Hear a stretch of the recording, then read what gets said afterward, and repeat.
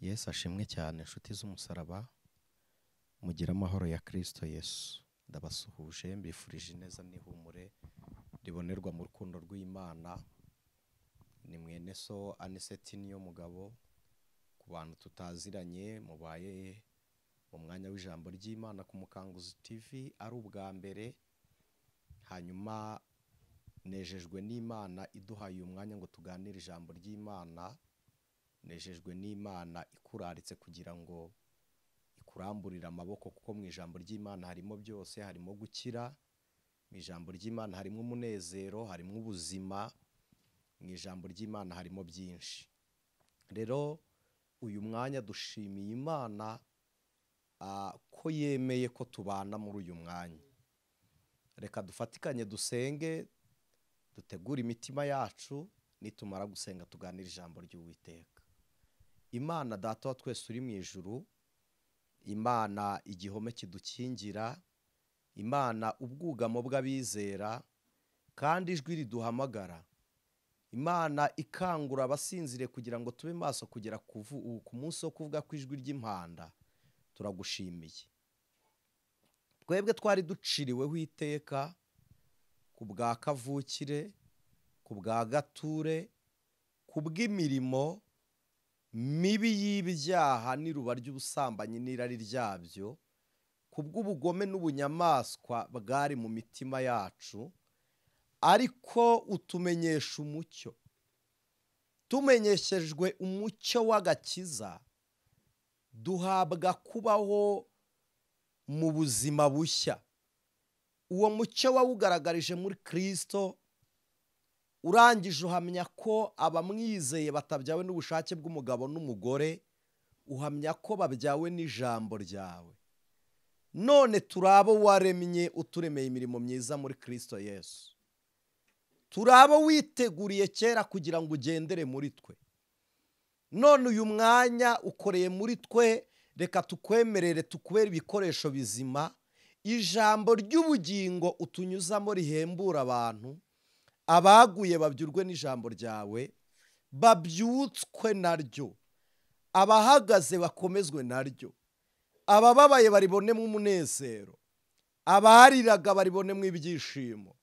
Amaboko y'Imana ikomeye, amwe yahanitse ikirere, amwe yadendeje inyanja, arambukire ku buzima bw'uyu mwene data, arambukire gukora ibitangaza, arambukire kuvura imitima ikomeretse.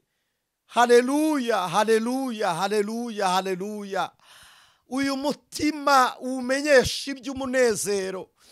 Hirya yo kubura abantu Yesu ajya aboneka, hirya yo kurekwa Imana igitwakira, hirya yo kuvuma Imana igitanga umugisha, hirya ya karande na kavukire Imana igibana n'abizera. Turagushimiye. Hirya yo kubabazwa n'abantu uri Imana tujye tubonamo ibyishimo. Hirya y'uburwayi bw'umubiri hajya haba ubugingo. Hirya y'urupfu hari ubuzima. Hirya y'umunsi hari undi. Izina rya Kristo nirihabwe icyubahiro. Turagushimiye Mwana. Turagushimiye. Wemeye ko uyu mwene data, uyu mushiki wacu aba muri uyu mwanya w'ijambo ryawe.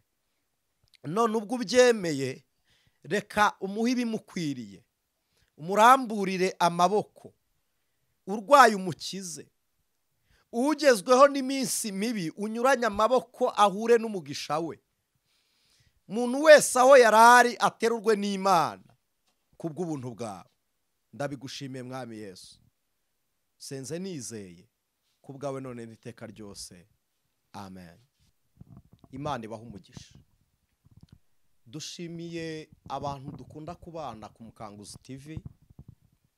Dushimiye abantu mwakoze subscribe kugira ngo tujye tubana namwe. Nkunda kubivuga, iyo ngeze ku bantu mutanga ijambo ry'Imana, haba ku bavugabutumwa, haba ku juste umuhamagaro w'ivugabutumwa, ntabwo ari ugusoma Bibiliya gusa. No kurarika umuntu ngo mujyane ku rusengero ubufashije pasiteri kubwiriza ubutumwa bwiza. Kandi n'iki Imana yaturemeye kugira ngo tumenyekanishe Kristo Yesu. Imana ishimwe. Rero iyo musheyarinze mugaha abandi ijambo ry'Imana muba mubahembura mu bugingo. Tekereza kuba wabaho ukabona umunezero w'agakiza ntiwifuze ko hari undi wawugira.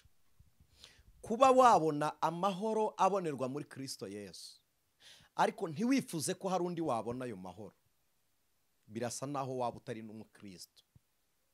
Ariko niba koko ubyarwa n'Imana, ntabwo mbabwira gusharinga ijambo ry'Imana ryo ku Mukanguzi TV gusa,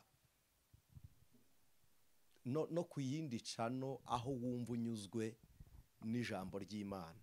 Reba abantu nka babiri ko no mu kabara abantu basangira icupa. Ntabwo rero gusangira ijambo ry'Imana birimo inenge nko guha umuntu icyamusindisha. N'ibiryo umuntu aragusuruka mwarurira.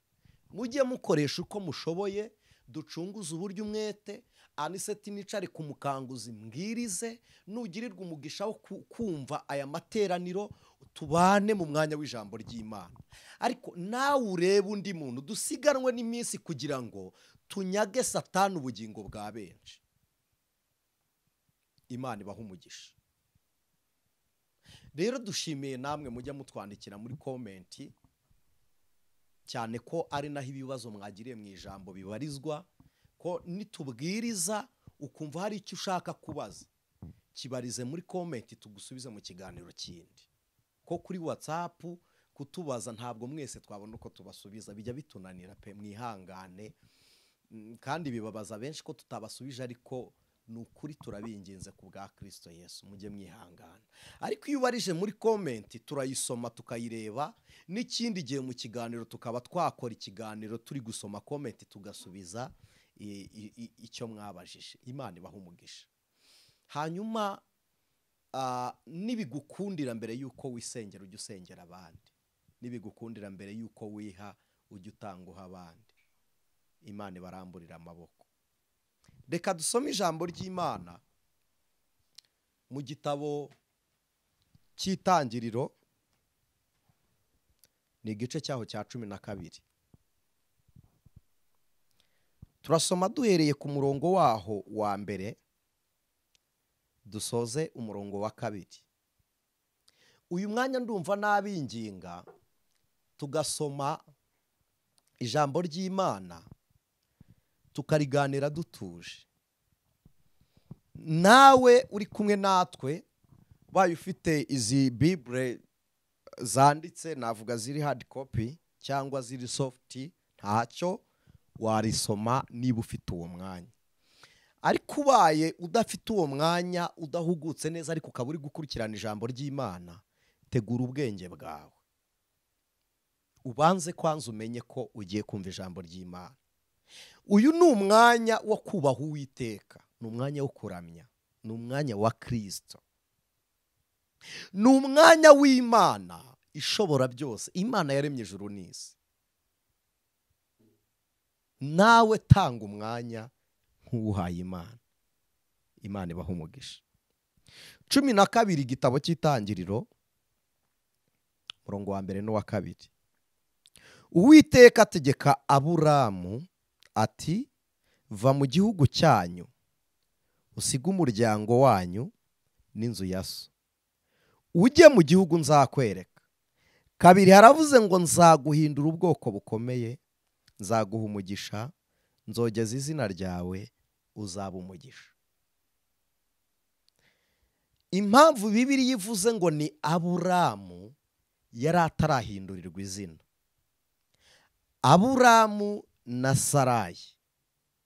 Sarayi ahinduriwe izina yiswe Sara. Aburamu ahinduriwe izina nibwo yiswe Abrahamu. Imana ibaha umugisha. Ndahasubiramo. Uwiteka ategeka Aburamu ati, va mu gihugu cyanyu, usige umuryango wanyu n'inzu ya so, ujye mu gihugu nzakwereka. Umurongo wa 2.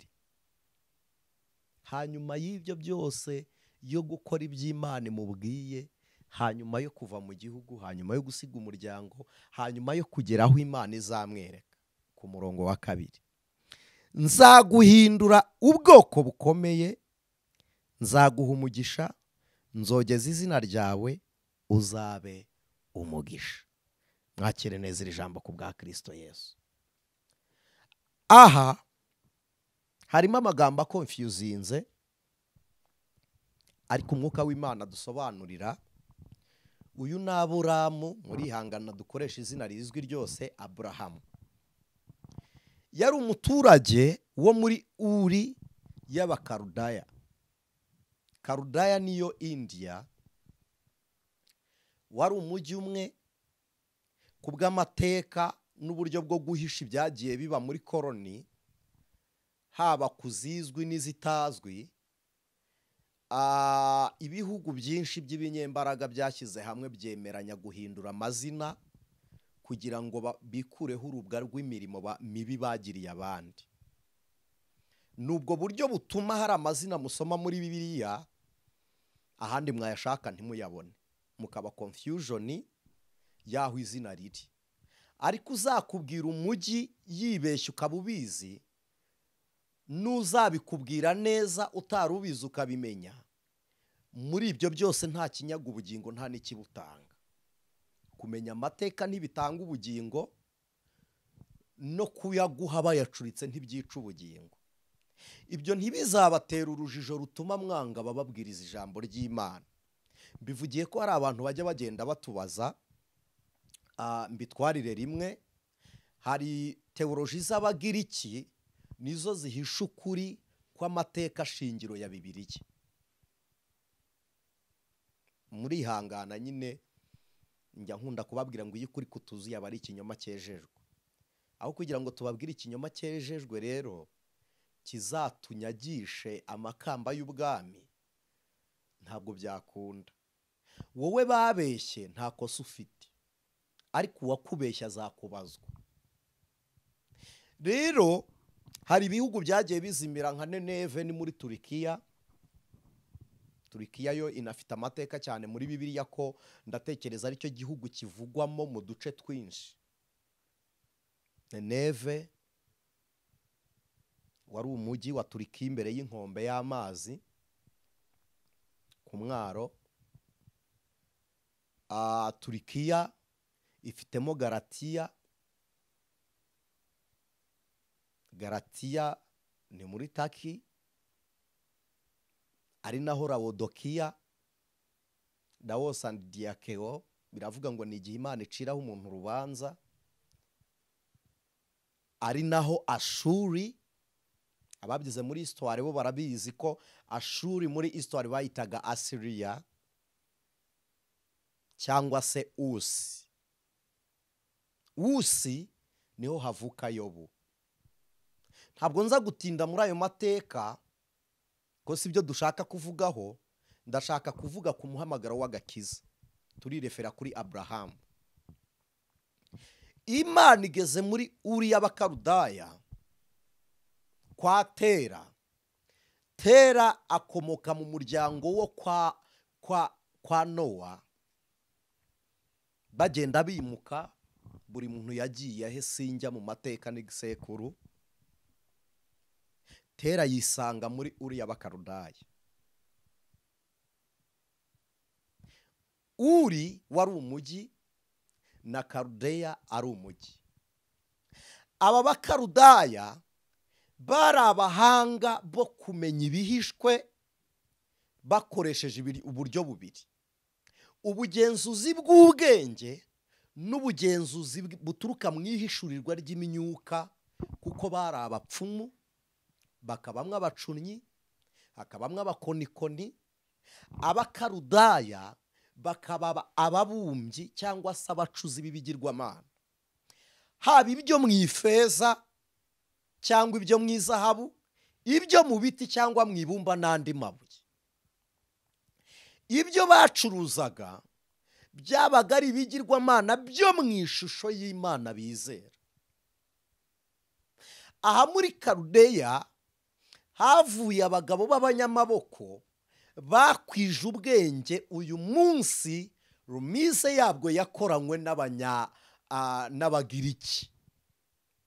Ubu bwenge bw'Abakarudaya nibwo bwasembuye, nibwo bwabaye umusemburo wa filozofi y'Abagiriki. Ko uyu munsi ubwenge isi iri gukoresha ibukomora kuri filozofi y'Abagiriki kwa Socrate, n'ubwami n'amatwara n'impinduka nyinshi zigenda zibaho mu mami amwe, mu mampire amwe n'amwe, yari imyitwarire ya The Great Alexander. Aha rero muri uriya bakarudaya, abagabo bari bafite ubushobozi bwo kuragura bakamenya ibizaba ejo.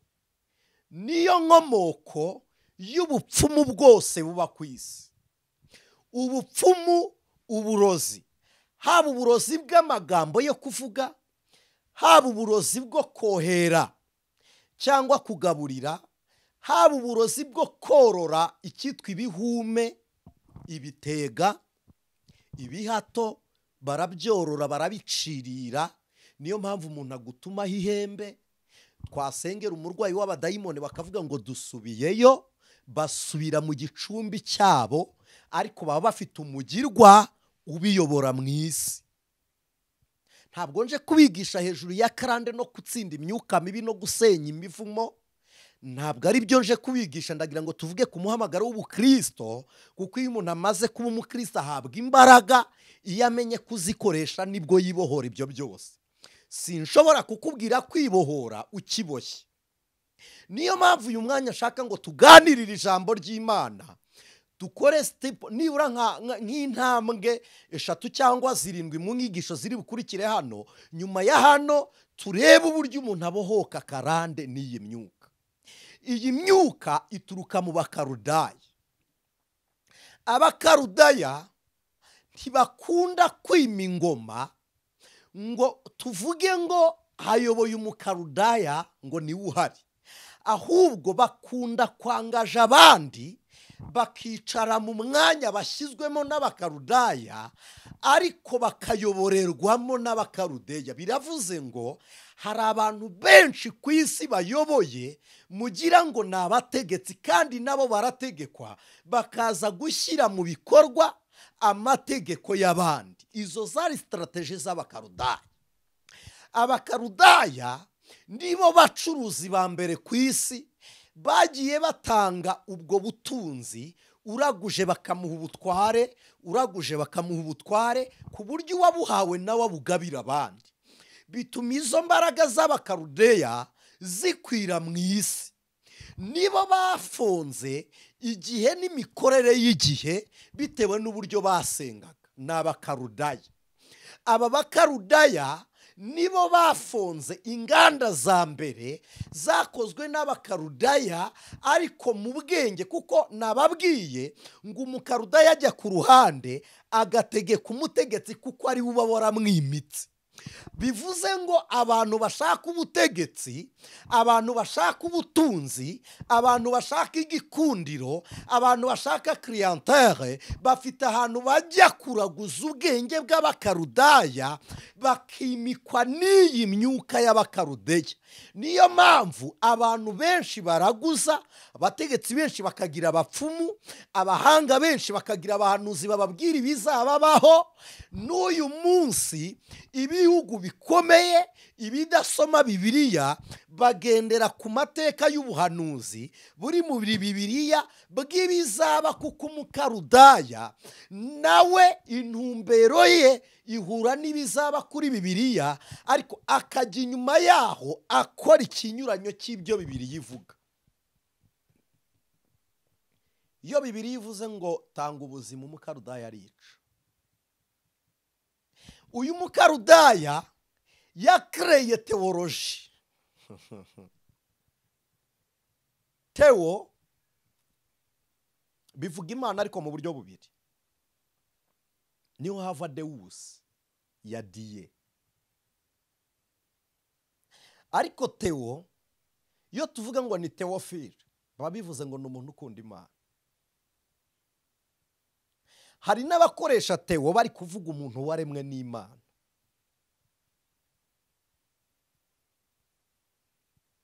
Iyo mitekerereze ya teoloji imwe n'imwe yakrewe n'abakarudaya. Babizaniye iki? bazaniye kwigisha ubwenge bwabo, kuko abanyamwuka nimurekwa mugaguma muhishurirwa mukagendera ku murongo wa revolisiyo, murajya kontre n'abakarudaya, mukora iby'Imana ishaka. Kandi kugira ngo umukarudaya akomere nuko akora ibinyuranye n'iby'Imana ishaka.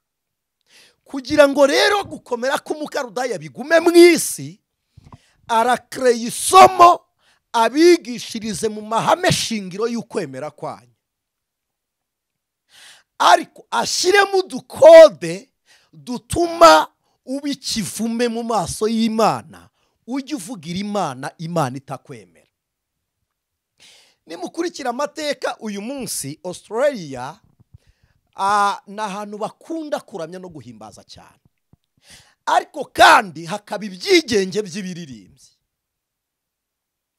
Australia haba abaramyi bambara ubusa, ariko kandi hakaba abaramyi ku isi hose, niho hambere hari abaramyi baramya Imana, bakaramya Imana, ni Australia. Mbivugiye iki? Ubwenge bw'umukarudaya mu rusengero nigenda uramye, uririmbe, ugira ubuhanga mu ijwi, ariko kuko intego y'Imana mu bari kukumva nuko bakumva bakakira ibyo uri kuririmba bikaba transforma. Umukarudaya nta kubuza kujya kuririmba, arakwemerera kuririmba, ariko buri umuntu urangaje buri kuririmbira, bitume bumva amagambo anyura inyuma y'amatwi bakwirebere. Bwa mbere arakwambika imyenda y'urukozasoni, niko ubwenge bw'abakarudaya buteye. Mu gihe uri kuririmba, wowe uraririmba ubugingo bwawe ubufasha, cyangwa se umuntu wawe w'imbere, amarangamutima yawe uyahembure, uyahe ibyo ushaka guha abandi.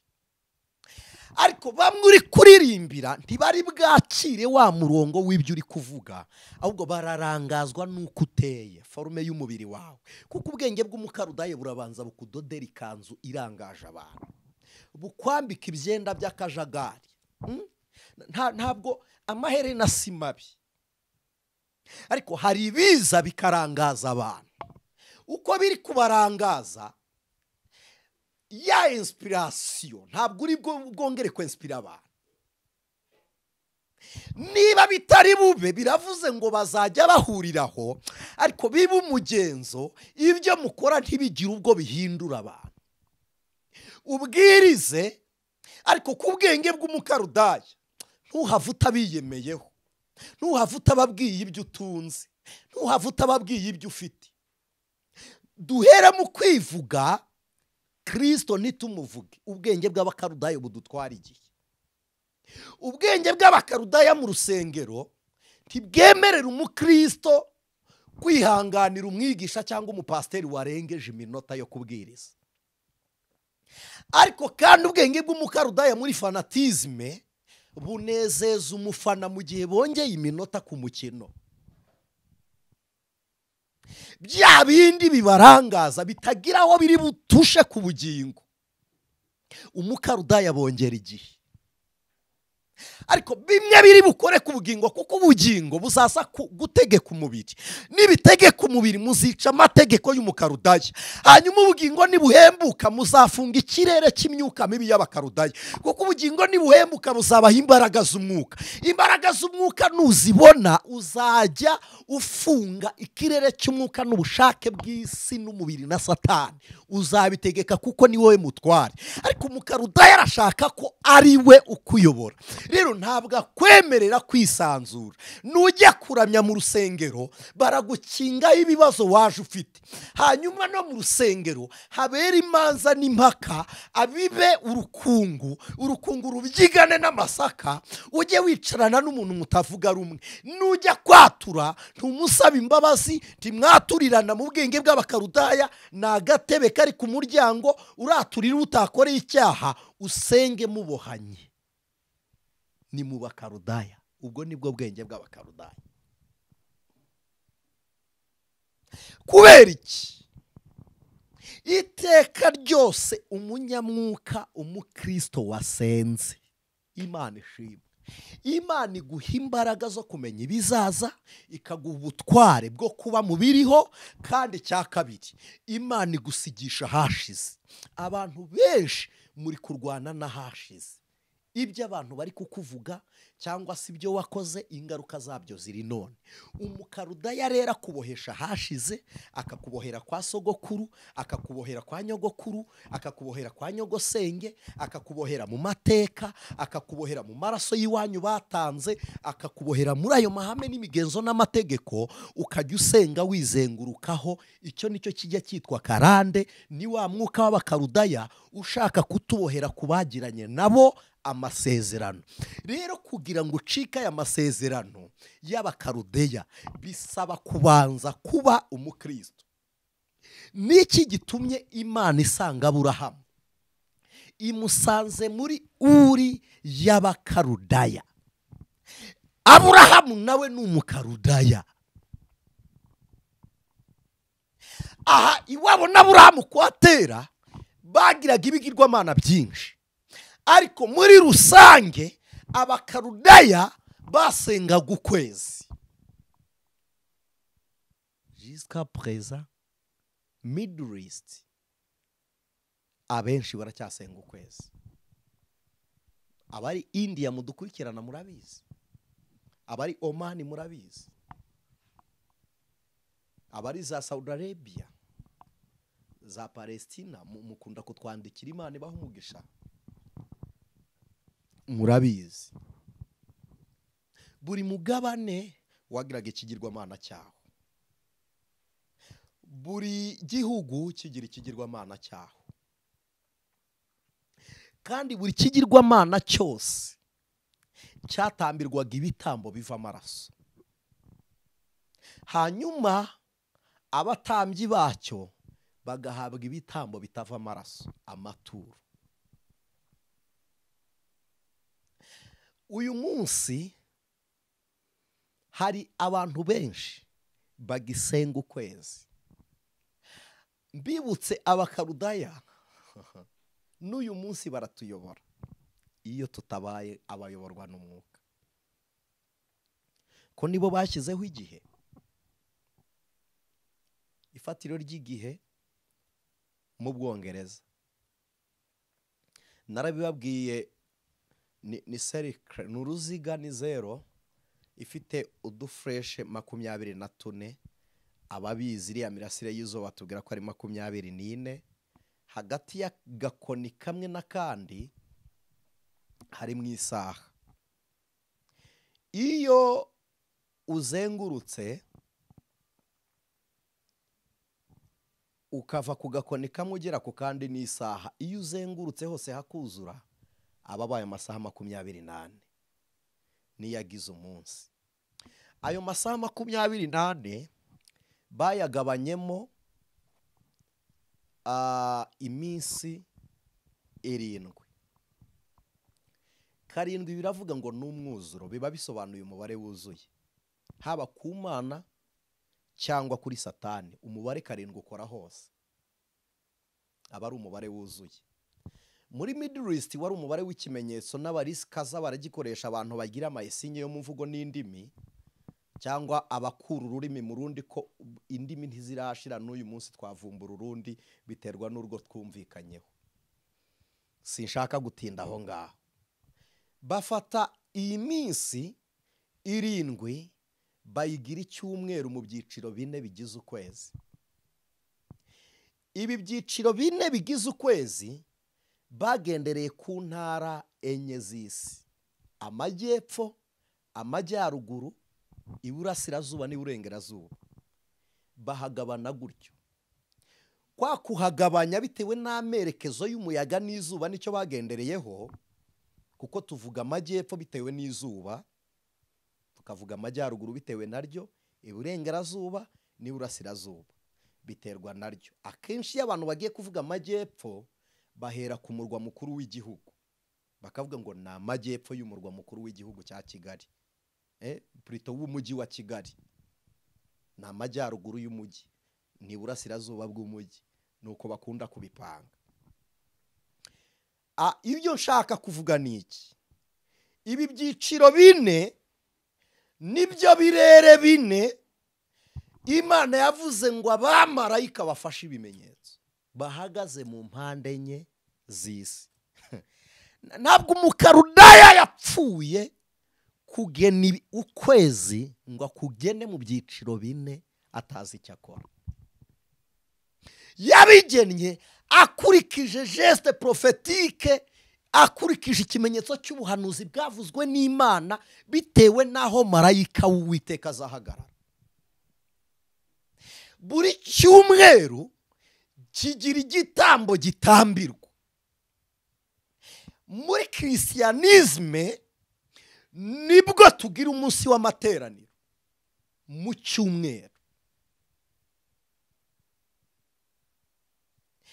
Mu buryo buri satanike bahera umunsi wo kuwa kane mu masaha y'ijoro no kuwa gatanu kugera ku munsi wo kuwa gatandatu aba ari iminsi yo kumurika ibitambo, aba ari iminsi yo gutamba. Cyane cyane umunsi kuwa kane ku mugoroba ushyira uwa gatanu, umunsi wo kuwa kane ni mugoroba no kugera kuwa gatanu aba ari umunsi w'ibitambo by'Imana z'imyuka zikora ibikorwa bigaragara kandi Imana zinywa amaraso. Umunsi wo kuva kuwa gatandatu kugera ku cyumweru wabaga ari umunsi wo gusenga Imana zitaboneka mu isi ariko kandi ziri logique batekereza ko zibaho. Hakaba n'ibigirwamana byitirirwaga izo mana baterekaga aho ngaho. Niho muri Atene umurwa mukuru w'igihugu cy'Ubugiriki, ni muri Greke ya none juste na Atene, niho bageze ahitwa Pago bamanika itangazo rivuga ngo umunsi wo kuwa gatandatu ni igihe cy'Imana itazwi. Ariko kuva ku wa mbere Monday basengaga ukwezi munsi, kuwa kabiri, kuwa gatatu, kuwa kane, kuwa gatanu, kuwa gatandatu, ku cyumweru basengaga imibumbe, ko badutangarizaga imibumbe igeze mu 9 igenda ihinduka, ariko buri munsi wabaga ufite igitambo cyawo.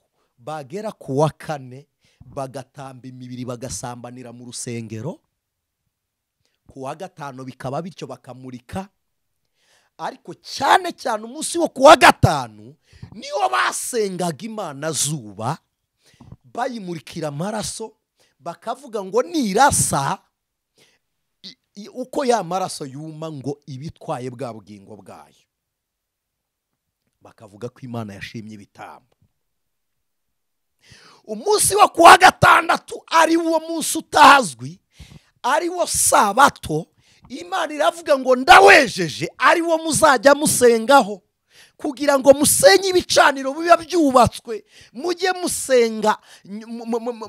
Ndagira ngo munyumve, iyo ikintu ari zero ubanziriza uwaguherutse kandi ugaheruka uwakubanjirije. Ndi mvugo iri filosofike ukuntu, ariko mujye munyihanganira. Iyo ikintu ari cercle, iyo ari zero, iyo umuntu abanje imbere undi akamukurikira n'undi akamukurikira, iyo muzenguruka uba ukurikiye uwo wabanjirije, kandi n'uwakubanjirije nawe abagukurikiye. Mukoresha ubwenge butekereza, niho muri mwumve mwihangana abantu batari bwumve icyo ndi kuvuga. Ariko iyo ari kuri zero niyo muri babiri muzenguruka, nta muntu wamenya uri imbere y'undi, buri muntu aba ari imbere y'undi, buri muntu aba akurikiye undi. Rero nimusenga kuwa gatandatu kandi mukiyeza, ari Imana yatangiye isabato, muzaba musenya imirimo yose yakozwe muri ya minsi ibiri, kuko bo bayikoze banduye, mwe musenga isabato mwejeje. Isabato byari bivuze ngo ni ikiruhuko, kwegerana n'Imana, mugasenya imirimo ya Satani. Attention, ikiruhuko cy'umuruho ntabwo ari icy'umunaniro. Uyu muruho waterwaga no gufatwa n'ibigirwamana, karandi turuka kuri iyi myuka. Ubukoroni bwavuye muri ya colonization, murabizi abanyegiputa bakoronizwa, none wagahinda n'ishavu mwatewe, imvune mufite mu mutima, mujye muyiruhuka ku munsi wejejwe n'Imana. Ariko ikibabaje, abantu baruhukaga umunaniro ariko umuruhuka bagumamo. Imana yohereza uburuhukiro muri Kristo asimbura isabato. Uyu munsi wasiba isabato nta cyaha uba ukoze, unayisibutse nta cyaha ukoze. Kuyisiba ntibitanga ubugingo, no kuyica ntibibuza ubugingo.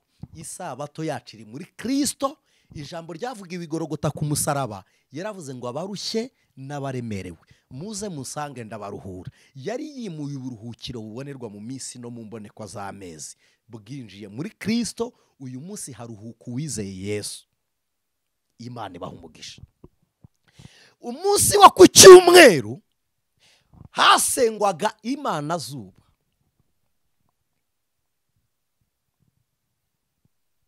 Imana ishimwe. Abize astronomy na geography birimo, izuba niryo rimurika urumuri, hanyuma ukwezi kukafata. Ukwezi n'akagarura rumuri rw'izuba. Ukwezi kuba kumurika wa mucyo mubona aba ari uwo gukura ku zuba. Hari ibintu bitatu biba mu kirere: ukwezi, izuba n'inyenyeri. Izuba ni umucyo, n'ukwezi kugatanga umucyo. Izuba ntawe uryinjiramo, ariko mu kwezi bajyamo. Inyenyeri ntabwo ari imwe, n'inyenyeri nyinshi. Itsinda ry'inyenyeri baryita galaxy. Izigaragara mu isanzure tubonesha amaso tubyita corps celeste. Kubiza astronomy cyangwa geography, je pense que ako kantu karimo muri geography. Noneho hari n'izo tureba dukoresheje telescope, tukabona n'inyenyeri zitabonwa. Iryo tsinda ry'inyenyeri bita systeme, iyo zigiye umujyi umwe bazita galaxy. Izo ziraboneka. Inyenyeri z'umujyi umwe zishushanya abakristo. Ukwezi kugashushanya ababwiriza butumwa. Izuba ni Kristo.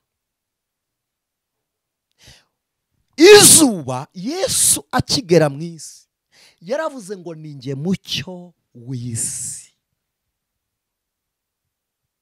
Imana ishimwe. Ngo umucyo waviriye mu mwijima, ariko umwijima ntiwawumenye. Kuko izuba ricana ku manywa, Imana mu buhanga bwayo yafashe umucyo w'izuba iwuha icyerekezo ku kwezi, kuko ukwezi gukora nijoro, kugira ngo uwamurikiwe n'izuba ku manywa abone n'umucyo utangwa n'ukwezi nijoro. Muranyumva ndabizi. Uretse ko abakarudaya scientificoma batubwira uko ibi bintu byagiye bibaho by'ibinyoma, batubwira uburyo isi yagonganye n'ibiki, habaho boom guturika, ngo nuwayo zimwe ziragenda ngo zirihuza ziraterana ngo zikoramo ukwezi. No, not true. Ntago ari ukuri. Byaremwe n'amaboko y'Imana. Arewe none se icyo gituritse giturikijwe n'igiki? Kuki kitongeye gukora sirikwi cyari cyakoze mbere se? Iryo turika ryabaye ryari? Ko n'umuntu bivuga avuga ngo byahabayeho guturika muri kangahe? Uko guturika guturutse kuki? Aho niho Karudeya ihakanira imirimo y'Imana.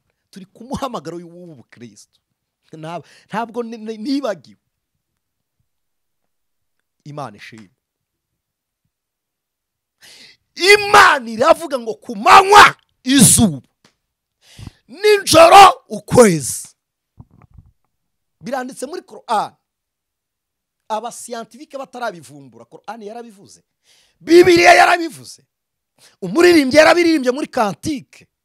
Ku manywa izuba ntuzaritinya, na nijoro ukwezi ntuzagutinya. N'igeno ry'ibihe bisimbura nuko Imana yabitegetse. Abantu rero barebye ubutware bw'izuba, abandi bareba ubw'ukwezi, baravuga ngo tuzajya tubyikubita imbere.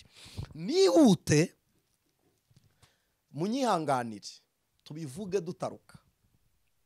Iyi nkomoko y'ubu bwenge bwose iyoborwe na Satani, kugira ngo ubumenyi bw'umuntu bwimure Imana. Nta muntu wimura Imana atayobowe na Satani. nta n'umuntu wimika Imana atayobowe na Kristo. Hari ijambo mperutse kumva Dr. Paul Gitwaza yavuze, numvishe na mwene data Mushumba nta mbabaza bivugaho. Yaravuze Paul Gitwaza baramubajije ngo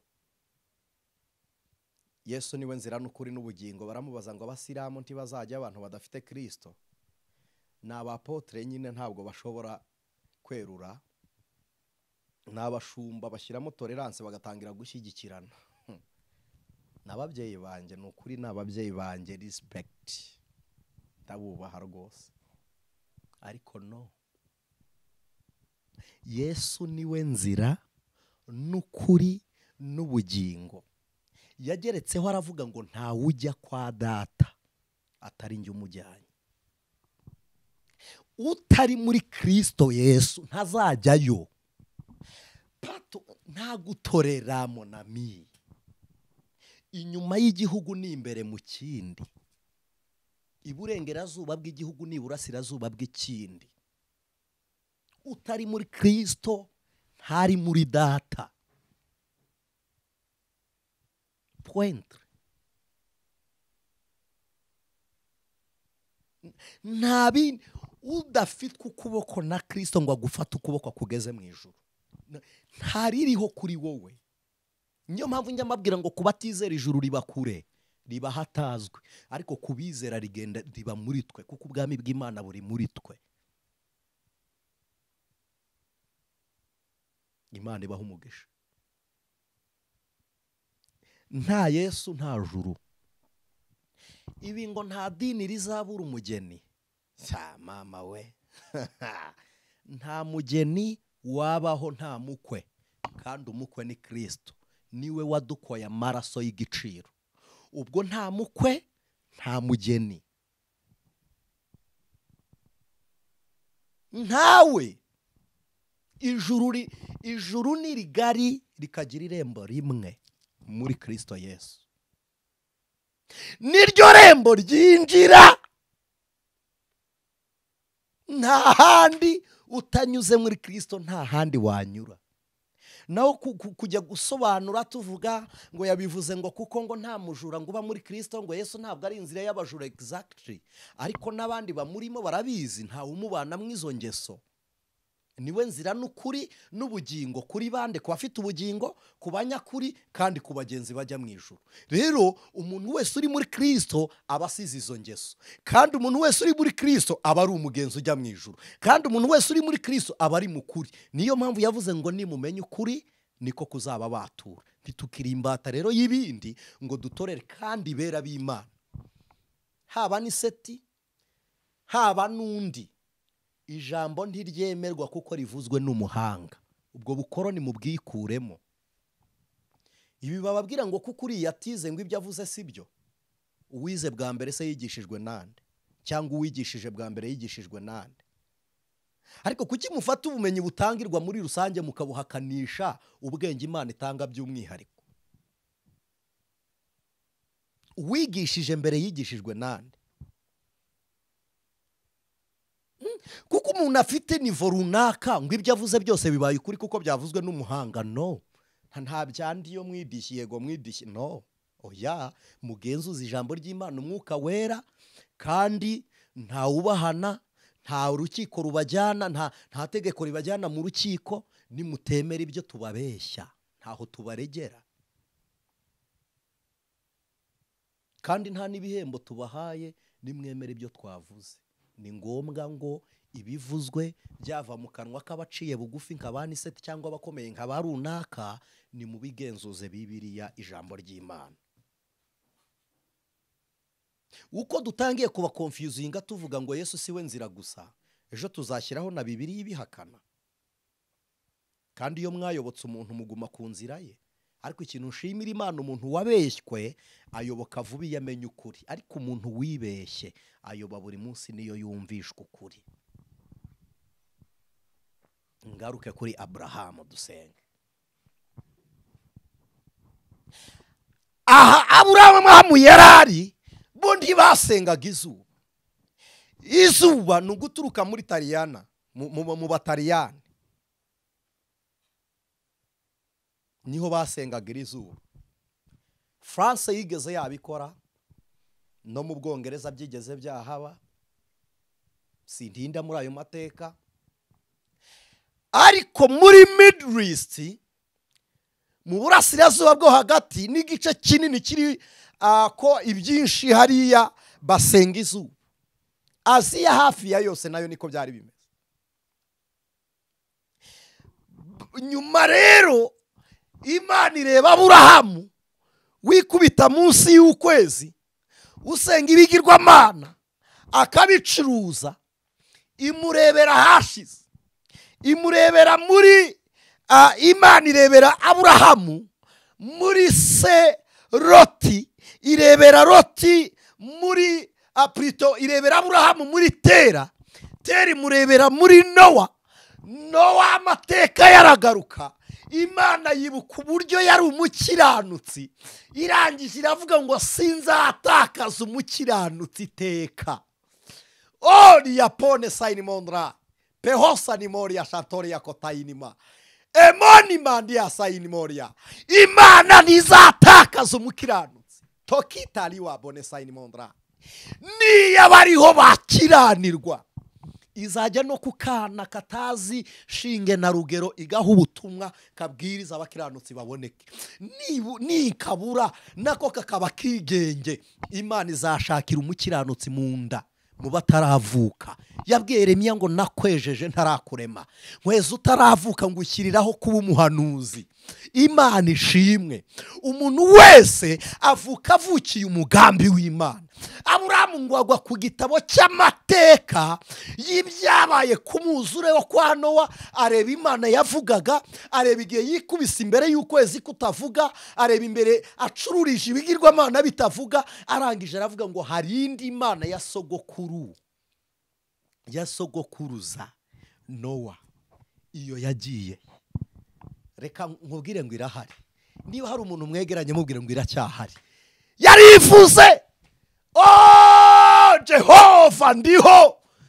Imana ishimwe. Yarivuze ibwira Mose ngo ndiho ndi Uwiteka. Imana ihoraho. Ukwezi kurazima, umwijima ujya ugutwikira, izuba rijya ribura imvura ikagwa. Abasenga ukwezi bagutegereza after Sarathini. Ariko Imana ihoraho, ndiga yihishe inyuma y'iminsi. Abakarudaya barayifashe ukwezi bagupariranya mu masengesho bagusenga, bahita baguhuza n'iminsi 30 bihaye. 30 iminsi 29 kuva kuri 28, 29, 30 na 34, naho harimo iminsi 4. Mutazi urujijo rwayo, ababizi mu Kigiriki hari iminsi igende gahura ariho aya masaha rimwe na rimwe asigana, umunsi ukagira amasaha make. Hari abantu babizi nyina babyize, murabizi, sinshaka kubibabwira. Hari ijoro rijya ari ijoro rigenda rigahura, umunsi amanywa n'ijoro bigahura, icyo bita equinox. Ntabwo nshaka gutindaho, ariko reka mbabwire ngo izuba rijya rizima. Nafashijwe Anicet.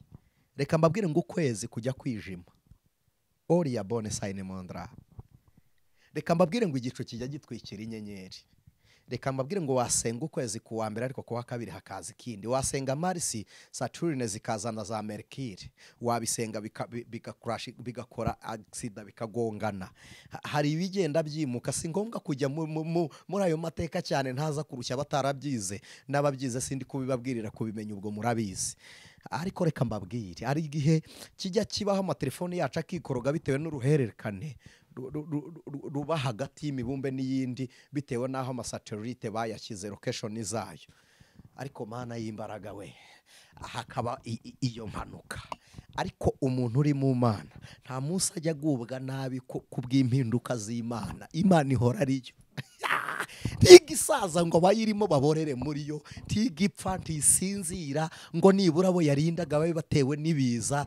Abasenga umubumbe imvura iragwa igasenya. Mu Mana nta tsunami nta muyaga, aho niho Imana ishaka ko mutura. Rero kuko abakarudaya batuye muri ino si rimwe amakuba, barashaka kubafatiranya n'amakuba ngo babayoboze amarangamutima yanyu, babahuze n'igihe cyabo, mujye mugendera ku murongo w'ibyo bashaka, nicyo cyitwa iterambere. Ariko ndakwinginze rigire ku bwa Kristo, ariko kandi ugire na Kristo ku bw'iterambere. Imana ishimwe. Ndagira ngo bira b'Imana, Aburahamu ahamagawe, Imana yarebye Aburahamu uri kuvuga ngo Imana yahozeho ikabana na Nowa, bakabana imyaka 120, akabaza inkuge ikamubwira uko bigenda. Iyo Mana izi uko abantu bakira nuko bapfa, ni iyihe Mana? Reka nkubwire, niyo izi uko upfa ni nayo izi uko ukira. Iyo niyo twizera.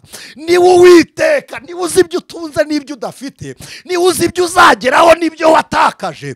Ni Imana izi urunyurane rw'ibihe, kuko bitarabaho irahari, bihari irahari, binashize Imana iriho, ihoraho. Niyo mpamvu wizera ibihe agasenga ibihe azeshuwa mu gihe cy'ishira ryabyo.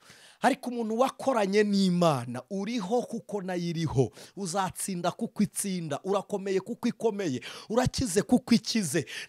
Ariko Mana y'imbaraga, nta ukuroga kuko itarogeka. Izi mbaraga n'ubwenge n'imyuka mibi by'abakarudaya ni wowe wenyine, umuntu usenga ku bw'izina rya Kristo. Nawe udakijijwe, nawe udasenga ku bwaryo, urabizi ko nta rindi zina wirukaniramo abadayimoni ngo bagende.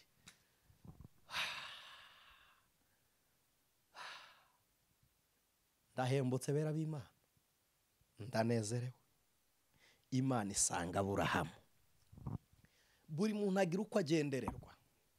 Uyu mwanya wowe uragenderewe, uyu mwanya nawe uragenderewe, uyu mwanya uragenderewe. Reka dufatikanye dusengere hano kugira ngo bitaza kuba birebire bikabajena. Ndabizi hari abo dusoje badashaka ko dusoza. Ntabwo ndi buhaguruke hano dukore session ya kabiri ikiganiro yiri jambo ry'Imana ku muhamagaro w'ubukristo. Imana yarebye Aburahamu iravuga ngo ndaguhamagara. Mu muryango uvukamo, mu gisekuru urimo, Imana iguhamagare. Muri za karande igusohore. Rambura ikiganza dusengane. Hereza Imana umutima wawe. Aturibwire ngo akira n'umubiri, yibwire ngo akira ubugingo, yibwire ngo ndakwizeye. Amen. Mana turagushimiye. Niwe Mana y'imbaraga, niwe Mana umuhanga, niwe Mana umukozi w'umuhanga. Tujye ukiranirwa Mwami. Ushobora byose, ushobora byose. Ganiriza ubwenge mbere yo gukiza umubiri, ubanza ukiza ubugingo. Ni wowe uzi uko wahera, ni wowe uzi aho wabanza, kugira ngo aba bantu bafatire mu bumenyi no mu kutamenya, ubasobanurire iby'agakiza. Ni ku bwa Kristo Yesu. Amen.